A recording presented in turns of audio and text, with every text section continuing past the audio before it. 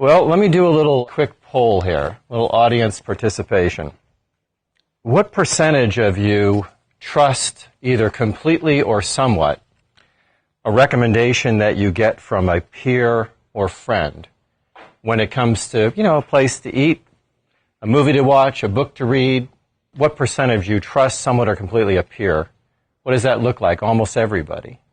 You're a little reluctant there, but depending on your belief how credible that source is, you might trust them for a restaurant recommendation, right? But you might not trust them for a recommendation about a car, right? So it truly, the level of trust truly depends on the source. Would you like to see if your response was close to the Nielsen data on that question? Let's take a look. 90% of consumers trust their peers. That's a very high percentage. In fact, by far, that is the highest percentage of multiple different sources of information. We all trust our peers, significantly more than marketers or brands, and we'll talk about that a little bit more. Now, there's a little company over here in Mountain View that has made a hell of a lot of money by selling search advertising. Can't remember the name of that company. They don't seem to be very relevant right now, but they do have a hell of a lot of cash. Well, they sell search ads, and they created that category, invented search advertising. And what percentage of you trust those ads that you see on that right-hand side or on the top? What percentage of you trust that somewhat or completely? Nobody? Anybody? You mean the ads that pop up according to what you're looking at already? Yeah, those are two kinds of results that you get. There's organic results, right? And then there are paid results. And the paid results are the ones that go down the right-hand column and then across the top. Do you trust that? You don't trust them? Okay. What about the rest of you guys? How many of you trust that completely or somewhat? Not many people do. Trust, I think, as Nielsen asked it, do you find this to be a credible source of information? That would you act on the recommendation? Do you believe it's honest? Do you either trust it completely or somewhat or not at all? Would you like to see what the survey said? I feel like Richard Dawson here. And the survey said only 49% of consumers trust search ads. Yeah. But here's the funny thing about it. Anybody here in marketing? Do you buy search advertising, paid search? Yeah, that is the 800-pound gorilla these days in the marketing category. Nearly every company spends money on paid search, but half of the people reading it don't trust it. Well, we all get emails, right? Get emails from friends, but we get a lot of emails from companies and brands. And we want to take a guess what percentage of people trust emails from the company or the brand? 7%? Any other guesses? Well, let's take a look at what the survey said. Only 28%, according to Forrester, trust email from a company or a brand. But nearly every company that markets a product or service relies a heck of a lot on email to get its message out to its target audience. Most people don't trust it. The mails that you opt in for, the trust is significantly higher. And, emails from someone you know is actually quite high. But this is just email from the company or a brand. Some people call that spam, by the way. Now, any fans of the show Mad Men? Right? The golden era of advertising. I'm in the marketing business, and, I don't know how these people drink like 3 martinis a day and carry on. If I had a martini at noon, I'd be asleep by 1 o'clock. Advertising has been generally discredited in this era, and online advertising in particular. But there's a heck of a lot of money being spent still on online advertising, but guess what? People don't trust it. Only 33% people trust online advertising. All right, so forget about paid media. I'm a blogger, People trust me. Do you trust bloggers? Well, only 18% in this survey by Nielsen trust bloggers. So do we have any bloggers here? And we've got Mashable and TechCrunch and Gawker and on and on and on that wield supposedly tremendous influence and power. Do they really? 90% of you trust each other. Only 18% of you trust bloggers. Okay, well, you know what? We're going to start a company blog. We have one at Zuberance. We've got something important to contribute to the discussion. We'd like to put our point of view out there. And we're a credible company. We try to do the right thing every day, and we think we've got some interesting things to share about word-of-mouth marketing and social media. Let's see how much people trust. Now, Kara's one of our bloggers. I hate to let you down, Kara. Only 16% of people trust corporate blogs. So let's go start a corporate blog. You know, we're a word-of-mouth marketing company. How do we get the word out? Well, we use word-of-mouth marketing, but you know all these billboards on 101? I thought we ought to run a billboard that would advertise for word-of-mouth marketing, and here's what I wanted it to say. But 90% of you trust word of mouth. In fact, word of mouth is the number one driver of sales for every product category that you see up here, and more. When you bought a car last time, I bet you asked your friends or people that drive that car, what do you think? What's up with Toyota? I mean, are they fixing these cars? I'm seeing these ads, but can I trust what they say? It's in hotel category. The hotel category has been revolutionized by something called TripAdvisor. How many people go to TripAdvisor before you book a hotel room? Or a similar, Hotels.com. It has revolutionized the world of hotel marketing. In every category, nearly every category, word of mouth is the most trusted, incredible, and influential source of information. In fact, McKinsey says that 2/3 of the U.S. economy is driven by word of mouth. So this is not a sideline activity. Now, I don't know what that number is. The young lady who spoke before me was a power consultant at one time. So I don't know. 2/3 of the U.S. economy mean, trillions of dollars of goods and services are purchased on the basis of a word-of-mouth recommendation. In fact, there are 4.5 billion conversations each and every day in the United States in which a brand is mentioned. 4.5 billion conversations. That's a lot of word of mouth. Now, Forrester, you guys familiar with Forrester research? Recently tried to analyze how much word of mouth is going on the social web. And this is what they concluded, is that in the U.S., that's the number of word of mouth impressions each and every day. And then how many people, we're all on Facebook, we're tweeting. Now, each time a consumer posts something on the social web, Forrester came up with an estimate of how many people are reached every time a consumer posts something on the social web. And the number they came up with was 150.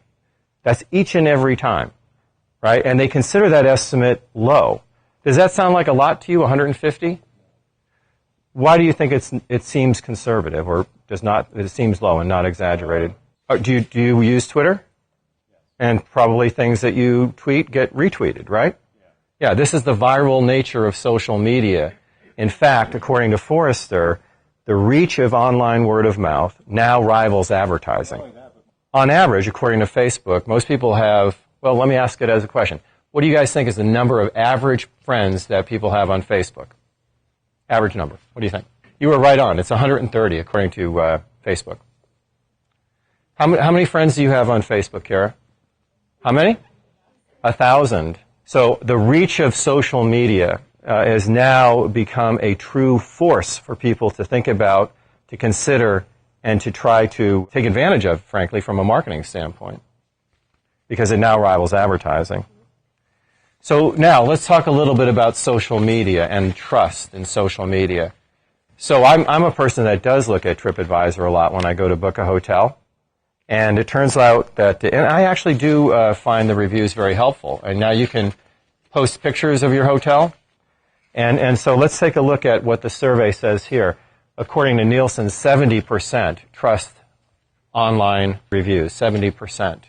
Now, I've seen this number bounce around a little bit. I've seen it as low as 50%, as high as 72 or 74%. Whether that's on Amazon or CNET or Yelp or on TripAdvisor, people, all of us, consumers, put a lot of faith in those reviews. Yes? They're now going to be reviews on LinkedIn. LinkedIn just bought a company that was a reviews company, and they're going to start, they want to become sort of the Amazon of B2B. So now you're not just having friends, but not just colleagues and contacts, but you can review vendors and products. Well, according to Nielsen, when they did the survey, 70% of the people that they interviewed said that they found the online reviews credible, believable, worthwhile as an important source of information. But now somebody said this to me the other day, that when he reads online reviews on TripAdvisor, the first thing he does is looks at all the negative reviews. And then he feels like, I got to see the worst thing that people can say about this hotel. Do you guys do that also? Do you read the negative ones first? And then you kind of discount the 5-star reviews because you kind of feel like do you do that? Well, we're, that's true, my food was cold, I'll get you for that. Well, let's take a look a little bit more on this. Since hotels are such a hot category for reviews, let's take a look at reviews in the hotel space. According to Deloitte & Touche, another one of those other power consulting firms, 77% of travelers rely on reviews. It's actually all travelers rely on reviews. Before you book a hotel, before you go to a resort, you're going to read these reviews and rely on them to provide some real information. But now look at what happens. This is a very interesting chart. You see what happens now. If a hotel has a 3-star review, 29% are more likely to stay at that hotel, to book a room at that hotel. But look what happens if the hotel has a 5-star review. 92% of people said they're more likely to stay at that hotel if they have a 5-star review. So in our business, we try to calculate for companies the value of positive word of mouth, and it's enormous. It's enormous. With every additional positive review that gets published, more business comes to your doors. So I would say it's pretty important if you want to get more business in your doors, get more people to spread positive word of mouth about you. As long as it's transparent and honest and you're not paying for it, why not? Did you have a thought about this? Was this resonating with you? Yeah, very much. Yeah. And look at, on the other hand, only 26% of people are likely to stay at a hotel if they have a 1-star review. So you said as long as it's positive and honest. How do we, as viewers of this kind of review on the web, know that it wasn't just paid for by the company? We don't. That's the problem. That's right. It's a problem. And I do think personally, and I've seen this in our own business, is that as the noise increases in this reviews category, I think what people are doing now, they're saying, okay, I see what the reviews say, but let me come over here and talk to my friend and find out the real story. You would think that at some point there's going to be a saturation point where you really don't know. There are 1,000 negative reviews, 1,000 positive reviews. You wonder about the source, if someone's getting paid or who got a free trip to write a review like that. It's a big problem. And the review companies are doing things now to try to give you more information about who is actually writing these reviews. Well, I was just wondering, in your experience, and certainly one of the things I think is kind of consistent with human nature, is that we react and we like to tell people about a negative experience much more so than a positive one. Mm-hmm. I might have had a great meal, but that's kind of par for course with other great meals I've had that week. If I've had a negative meal, I'm much more likely to spread the word that, God, I went to this place, I really didn't enjoy it, really fell below expectations, and I might be then much more likely to actually write a review that's going to be a negative in nature. Yeah. How, in these statistics, are you kind of weighting that, I think some of the drivers behind how we like to communicate about our experiences, and that typically we're much more likely to communicate maybe 7 times as much about a negative experience than a positive one? Well, that's a very good point. Let me ask, how more likely would you all be to go to Yelp and write a review about a restaurant if you had a negative experience versus a positive experience? So if you're more likely to write a review on Yelp based on a negative experience, raise your hand. Based on a positive experience, how much more likely? Well, that's pretty close, but let me share with you some interesting data. According to Keller Fay, a word-of-mouth research firm, that they found that in offline word-of-mouth, 64% of word-of-mouth conversations about brands are actually positive rather than negative. And according to Yelp, on average, by about a 6-to-1 margin, the reviews are positive on Yelp. And I started thinking about that. How is that, especially in the offline world? And you know what I think it is? When you go back to work on Monday and people go, what did you do this weekend? People don't like to be the bearer of bad news. they're more apt to say, oh, we went to a wonderful restaurant, or we went to see a great movie, or we went to a great new winery on a wine tasting. It's just, I think it's more likely that people sort of want to engage at a positive level than being, sort of the dark cloud spreading ill will. Maybe it's the American optimistic spirit, but Keller Fay is a leading word-of-mouth research firm whose studies is called TalkTrack. They study word of mouth in the offline world, and they follow conversations the way Nielsen follows TV ratings. And they said, in fact, most word of mouth is positive. Isn't that interesting? That's right, especially if you have your name attached to it or you're having that conversation in person. You're probably more likely to write about, say, a stay at a hotel or a meal at a restaurant, within the first, what would you think, couple or 3 days?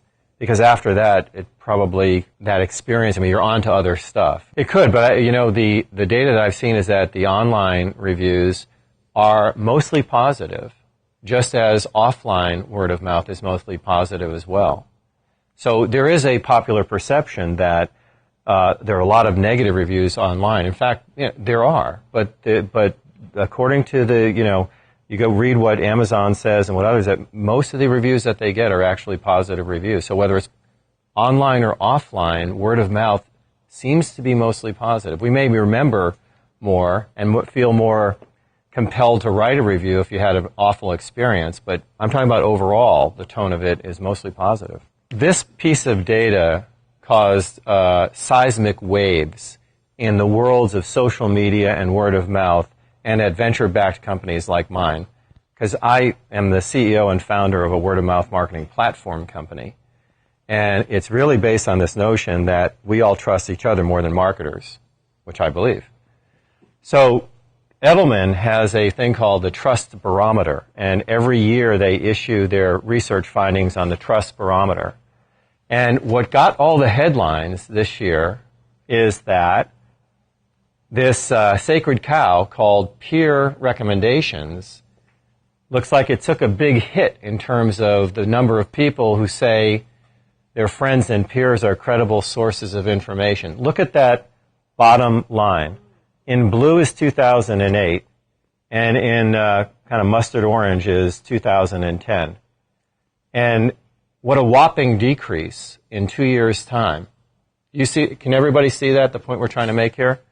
Now, and then I started reading a blogger, and he said, yeah, but wait a minute, that got the headline, but look at everything else. Everything else got clobbered. Now we don't trust the TV news, don't trust radio news, we don't trust newspapers. Hell, we don't even trust our friends and peers anymore. What the hell can you trust? Well, why is that? If this is true, now I want to see another couple of years of data before we can all conclude that peer networks aren't trustworthy, but what's happening here? I think it's the way we Yeah, go ahead, please, and I'll come back, yeah. Oxytocin, stress. We're all stressed, recession. This is exactly what we expected. So my work would predict that in 2 years this will be back up.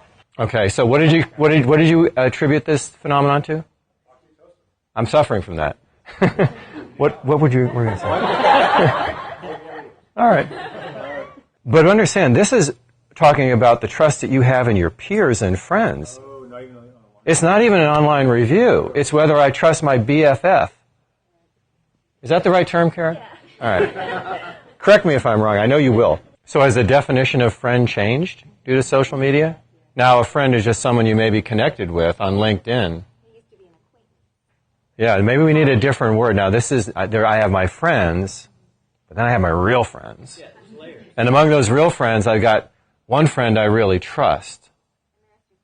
And the rest, the rest tolerate me. It's all good, don't worry. Marketers have started encouraging us to manipulate our statements on social media. Tweet this in order to qualify for a drawing for a free iPad. And so I see tweets from 10 of my friends, word for word the same. I'm going to discount all of them. Has that happened to you? It has. But they're a friend. They're And considered a but friend. they're trying to get into a drawing, and they're thinking, oh, it's harmless, one little tweet. But then when your time stream fills up with this garbage, you discount all of it. Yeah.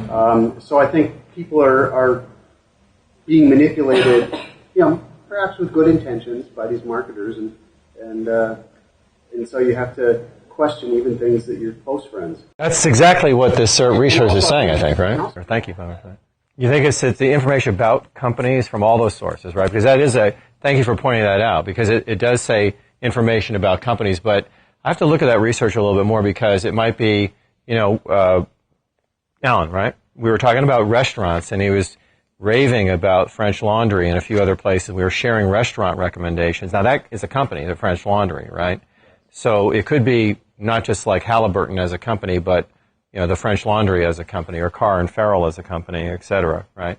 But I'm glad you pointed that out. And I think, what the blogger said was, let's not, because this was the headline. This made a lot of headlines, right? People don't trust their friends and peers as much as they did 2 years ago. People don't trust anything as much as they did 2 years ago. And I bet, now, I have looked at some data from the 1960s and 1970s. We trusted everything much more. Now we trust very little. Great conversation, by the way. Well, here's the thing, is that we're wary of spams and scam on Facebook. So this is the point that Gordon was making here, is that how much of that content that's being posted on Facebook is authentic. Who's shilling, who's getting paid, who's astroturfing, who's pimping. But you have to like it in order to get that access. If you're trying to figure out how do you communicate with your customers and your prospects in a world racked by lack of trust, I can help you. That's me. Thanks.